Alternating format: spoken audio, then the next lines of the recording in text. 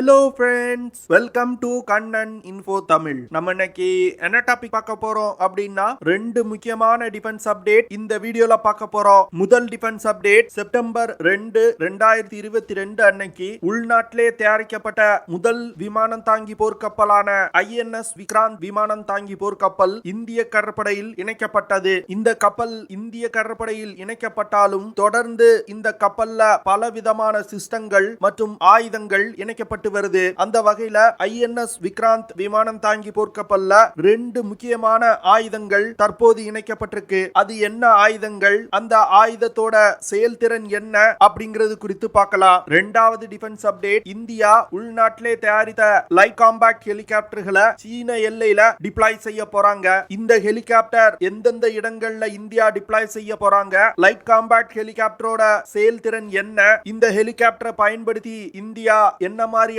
ஆபரேஷன்களை carry out செய்ய முடியும் அப்படிங்கிறது குறித்து நம்ம டீடைலா இந்த வீடியோல பார்க்கலாம். நம்ம சேனல்ல டிஃபென்ஸ் ரிலேட்டடா தினம் ஒரு வீடியோ பப்ளிஷ் பண்ணிட்டு இருக்கோம். உங்களுக்கு டிஃபென்ஸ் ரிலேட்டடான செய்திகளை உடனுக்குடன் தெரிஞ்சுக்கணும்னா நம்ம சேனலை சப்ஸ்கிரைப் பண்ணி சப்போர்ட் பண்ணுங்க. நீங்க பண்ற ஒவ்வொரு சப்ஸ்கிரிப்ஷனும் எனக்கு அடுத்த வீடியோஸ் போடுறதுக்கு ஒரு மோட்டிவேஷனா இருக்கும். INS விக்ராந்த் விமானம் தாங்கி போர்க்கப்பலை டைரக்டரேட் ஆஃப் நேவல் டிசைன் அப்படிங்கிற அமைப்பு டிசைன் செஞ்சிருக்காங்க. இந்த கப்பல் கொச்சின் ஷிப்யார்ட் லிமிடெட் நிறுவனத்தால் முழுக்க இந்திய தொழில்நுட்பங்களை கொண்டு உருவாக்கப்பட்டிருக்கு. INS விக்ராந்த் விமானம் தாங்கி போர்க்கப்பலை கட்டி முடிப்பதற்கு 23,000 கோடி ரூபாயை இந்தியா செலவு பண்ணியிருக்காங்க. INS விக்ராந்த் விமானம் தாங்கி போர்க்கப்பல் 40,000 டன் எடை கொண்ட ஒரு பிரம்மாண்டமான கப்பல். இந்த கப்பல் 262 மீட்டர் நீளமும் 62 மீட்டர் அகலமும் கொண்டது. இந்த கப்பல்ல 30 Mi-29K விமானங்களை நிறுத்தி வைக்க முடியும். விமானங்கள் தவிர கமோகா K-30 ஹெலிகாப்டர்கள் மற்றும் MH-60 ரோமியோ ஹெலிகாப்டர்கள், HAL துரு ஹெலிகாப்டர்கள் போன்ற பலவிதமான ஹெலிகாப்டர்களையும் இந்த விமானம் தாங்கி போர்க்கப்பல்ல நிறுத்தி வைக்க முடியும். INS விக்ராந்த் விமானம் தாங்கி போர்க்கப்பல் செப்டம்பர் 2, 2022 இந்திய கடற்படையில் கமிஷன் செய்யப்பட்டாலும் தொடர்ந்து இந்த கப்பல்ல பலவிதமான ஆயுதங்களை இந்தியா இணைச்சு வர்றாங்க. குறிப்பா சொல்லணும் அப்படின்னா, சமீபத்துல இந்த விமானம் தாங்கி போர்க்கப்பல்ல ஹெலிகாப்டர்களை தரையிறக்கி சோதனை பண்ணாங்க. இதனை தொடர்ந்து இந்த கப்பலோட தாக்கும் திறனை அதிகரிப்பதற்கு இந்தியா தொடர்ந்து முயற்சி செய்து வந்துகிட்டு இருக்காங்க. அந்த வகையில பாரக் 8 அப்படிங்கிற ஒரு அதிநவீன சர்ஃபேஸ் டு ஏர் மிசைல INS விக்ராந்த் விமானம் தாங்கி போர்க்கப்பல்ல இணைச்சிருக்காங்க. பாரக் 8 மிசைல long range surface to air missile அப்படின்னு சொல்லுவாங்க. இந்த மிசைல் பிரத்யேகமா இந்த கப்பலை நோக்கி வரக்கூடிய வான் அச்சுறுத்தல்களை தாக்கி அழிப்பதற்கு பயன்படுத்தப்படும். வான் அச்சுறுத்தல்கள்னா போர் விமானங்கள், ஹெலிகாப்டர்கள், UAVs மற்றும் ஆன்டி ஷிப் மிசைல்களை சொல்லலாம். இந்த பாரக் 8 மிசைல் ஏற்கனவே இந்திய கடற்படையில் உள்ள பெரும்பாலான போர்க்கப்பல்கள்ல சர்ஃபேஸ் டு ஏர் மிசைலா பயன்படுத்தப்பட்டு வருது. INS விக்ராந்த் விமானம் தாங்கி போர்க்கப்பல்ல 32 பாரக் 8 மிசைல்கள் இணைக்கப்பட்டிருக்கு. இதன் மூலமா இந்த கப்பலை நோக்கி வரக்கூடிய 32 ஏரியல் டார்கெட்ஸை தாக்கி அழிக்க முடியும். பாரக் 8 மிசைல்னால அதிகபட்சமா 100 கிலோமீட்டர் தூரத்துல உள்ள ஏரியல் டார்கெட்ஸை மிக துல்லியமா தாக்கி அழிக்க முடியும். இந்த மிசைல்னால சீ ஸ்கிம்மிங் மிசைல்களை கூட தாக்கி அழிக்க முடியும். சீ ஸ்கிம்மிங் மிசைல் அப்படின்னா போர்க்கப்பல்கள்ல அதிநவீன ரடார் சிஸ்டங்கள் இருக்கும். இந்த ரடார்கள்ல இருந்து தப்பிப்பதற்காக குறைவான உயரத்துல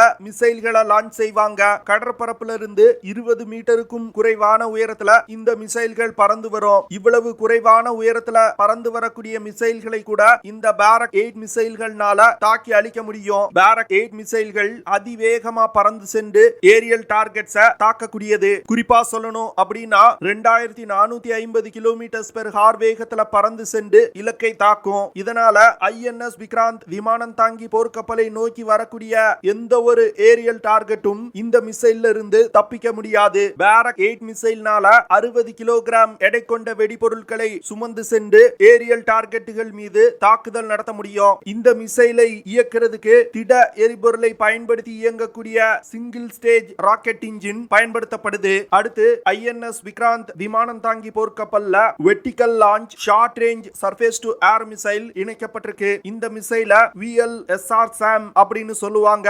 இந்த மிசைல் பிரத்யேகமா குறைவான தூரத்துல உள்ள ஏரியல் டார்கெட்டுகளை தாக்கி அழிப்பதற்காக உருவாக்கப்பட்டிருக்கு. இந்த மிசைல இந்தியாவின் DRDO நிறுவனம் உருவாக்கி இருக்காங்க. இந்த மிசைல்னால 50 கிலோமீட்டர் தூரத்துல உள்ள ஏரியல் டார்கெட்டுகளை மிக துல்லியமா தாக்க முடியும். மாக் 4.5 அப்படிங்கிற வேகத்துல பறந்து சென்று இலக்கை தாக்க முடியும். அதாவது ஒலியின் வேகத்தை விட 4.5 மடங்கு அப்படிங்கிறது நியர் ஹைப்பர்சானிக் ஸ்பீட். நம்ம கிலோமீட்டர்ஸ் பெர் ஹார்ல பார்த்தோம்னா 5500 கிலோமீட்டர்ஸ் பெர் ஹார் வேகம் வரும். இந்த மிசைல்கள் பிரத்யேகமா சி ஸ்கிம்மிங் மிசைல்களை தாக்கி அழிப்பதற்காகவே இந்தியா உருவாக்கி இருக்காங்க. ஏன்னா ஒரு anti ship missile sea skimming செய்து வரும் பொழுது குறைவான ரியாக்ஷன் டைம் தான் போர்க்கப்பலுக்கு கிடைக்கும். குறைவான டயத்துல ஆன்டி ஷிப் மிசைல தாக்கணும்னா நம்மளுடைய மிசைல் அதிவேகமா இருக்கணும். இதன் காரணமா தான் இந்தியா இந்த VLSR SAM மிசைல் அதிவேகமா பறந்து சென்று இலக்கை தாக்கும் வகையில உருவாக்கி இருக்காங்க.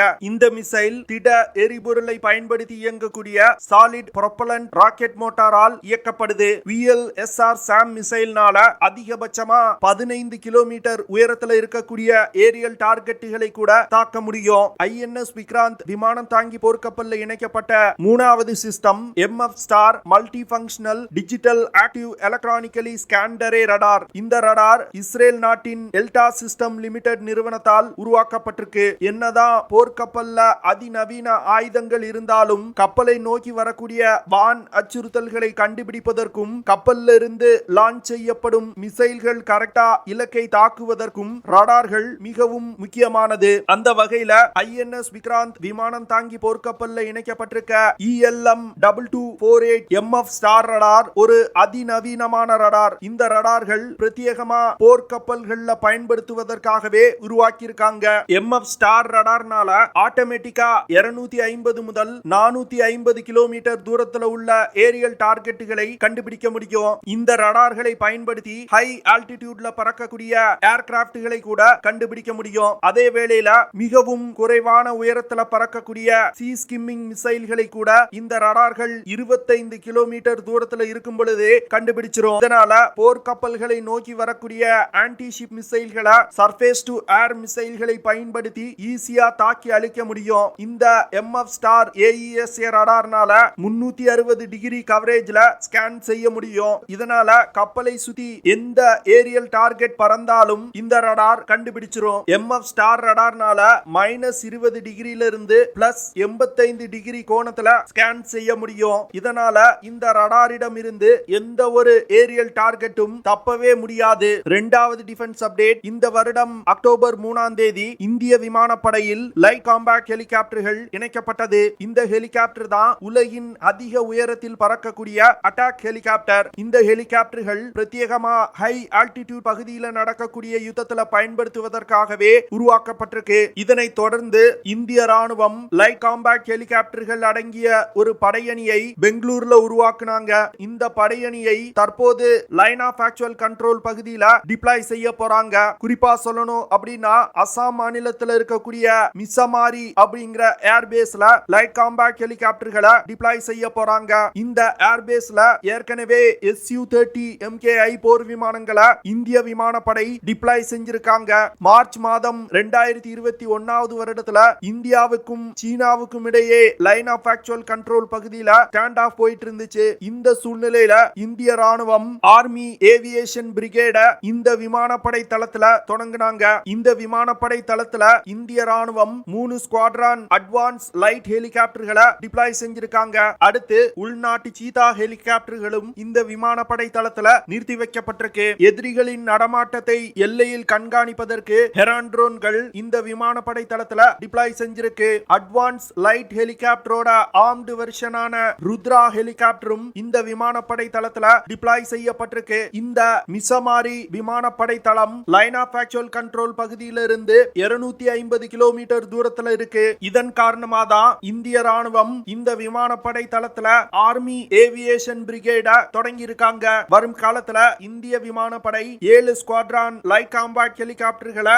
இந்த விமானப்படை தளத்துல டிப்ளாய் செய்ய போறாங்க. ஒரு ஸ்குவாட்ரான் அப்படிங்கிறது 10 ஹெலிகாப்டர்கள் அடங்கியது. இந்தியா உள்நாட்டிலே தயாரிச்சிருக்க இந்த லைட் காம்பேக்ட் ஹெலிகாப்டர்கள் பிரத்யேகமா ஹை ஆல்டிடியூட் பகுதியில சண்டையிடுவதற்காகவே உருவாக்கப்பட்ட தாக்குதல் ஹெலிகாப்டர். இந்த ஹெலிகாப்டர்களை இந்திய ராணுவம் உலகின் ஹையஸ்ட் பேட்டில் ஃபீல்ட் அப்படின்னு அழைக்கக்கூடிய சியாச்சின் கிளேசியர் பகுதியில டிப்ளாய் செஞ்சிருக்காங்க. காஷ்மீர், லடாக், அருணாச்சல் பிரதேஷ் போன்ற பல இடங்கள்ல இந்த லைட் காம்பேக்ட் ஹெலிகாப்டர்களை இந்தியா டிப்ளாய் செய்ய போறாங்க.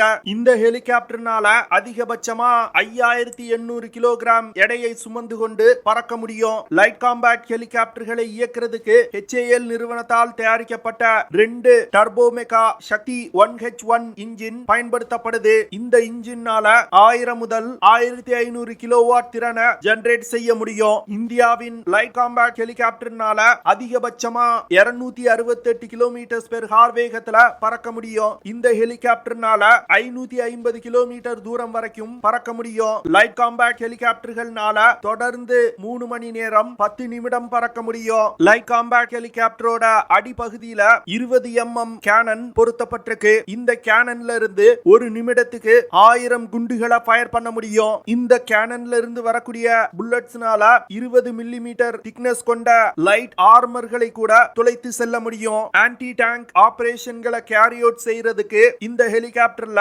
4 ராக்கெட் பாடுகள் இணைக்கப்பட்டிருக்கு. இந்த ஹெலிகாப்டர்ல இருக்கக்கூடிய ராக்கெட் பாடை பயன்படுத்தி ஏர் டு ஏர் மிசைல்களை லான்ச் செய்ய முடியும். இந்த ஏர் டு ஏர் மிசைலை பயன்படுத்தி ஸ்லோ மூவிங் ஏர் டார்கெட்டுகளை தாக்கி அழிக்க முடியும். அதே போன்று இந்த ஹெலிகாப்டர்ல ஆன்டி டேங்க் மிசைல்களையும் இணைக்க முடியும். இதனால டேங்குகளுக்கு எதிராகவும் இந்த ஹெலிகாப்டர்களை பயன்படுத்தி தாக்குதல் நடத்த முடியும். இந்தியா தற்போது MBDA நிறுவனத்தால் உருவாக்கப்பட்ட மிஸ்டல் ஏர் டு ஏர் மிசைல இந்த ஹெலிகாப்டர்ல இணைக்க திட்டமிட்டிருக்காங்க. தற்போதைய நிலவரத்தின்படி லைட் காம்பேக்ட் ஹெலிகாப்டர்ல இருக்கக்கூடிய 45% பாகங்கள் இந்தியாவிலே உருவாக்கப்பட்டது. இந்த ஹெலிகாப்டர் இன்னும் அதிக எண்ணிக்கையில தயாரிக்கும் பொழுது இந்த ஹெலிகாப்டர்ல இருக்கக்கூடிய உள்நாட்டு பாகங்களின் எண்ணிக்கையை 55%க்கும் அதிகமா உயர்த்த இந்தியா திட்டமிட்டிருக்காங்க. ஓகே ஃப்ரெண்ட்ஸ், நம்ம வீடியோவோட நிறைவு பகுதிக்கு வந்துட்டோம். இதெல்லாம் தான் நான் உங்ககிட்ட ஷேர் பண்ணணும் அப்படின்னு நினைச்ச விஷயங்கள். ஐ ஹோப் நான் ஷேர் பண்ண விஷயங்கள் உங்களுக்கு பிடிச்சிருக்கும்னு நினைக்கிறேன். அப்படி பிடிச்சிருந்துச்சுன்னா ஷேர் பண்ணுங்க, லைக் பண்ணுங்க, கமெண்ட் பண்ணுங்க. மறக்காம நம்ம சேனலுக்கு சப்ஸ்கிரைப் பண்ணுங்க. அப்படியே அந்த பெல் நோட்டிபிகேஷனை கிளிக் பண்ணி ஆல்ங்கிற ஆப்ஷனை எனேபிள் பண்ணிக்கங்க. See you in the next video. Jai Hind.